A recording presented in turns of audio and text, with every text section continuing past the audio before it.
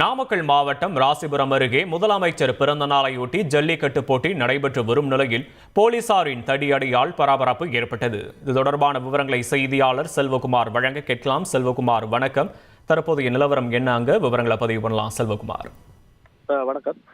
தமிழக முதல்வரின் பிறந்த நாளை முன்னிட்டு நாமக்கல் மாவட்டம் ராசிபுரம் அருகே உள்ள நாமகிரிப்பேட்டையில் மாபெரும் நாமகிரிப்பேட்டை அருகே உள்ள மங்களபுரம் பகுதியிலிருந்து ஜல்லிக்கட்டு போட்டி நடைபெற்றது. இதில் 700 மாடுகள் மற்றும் 400 மாடுபிடி வீரர்கள் கலந்து கொண்டு காளைகளை அடக்கினர். அப்போது அந்த பகுதியில் உள்ள சிலர் 100க்கும் மேற்பட்ட மாடுகளை உள்ளூர் மாடு என கூறி காவல்துறையினரும் வாக்குவாதத்தில் ஈடுபட்டனர். அப்போது வாக்குவாதம் முற்றதே காவல்துறையினர் லேசான தடியடி நடித்து மாடுபிடி வீரர்களை கலைய செய்தனர். அப்போது திடீரென 100 மாடுகள் ஒன்றாக பந்தல் சரிந்து விழுந்தது என்பது குறிப்பிடத்தக்கது. விவரங்களுக்கு நன்றி செல்வகுமார்.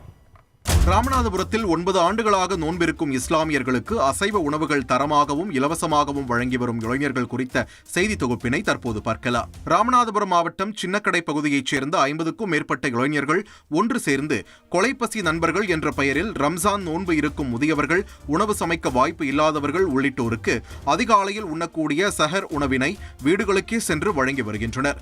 தினந்தோறும் 800க்கும் மேற்பட்டோருக்கு இளைஞர்கள் உணவு வழங்கி வருகின்றனர்.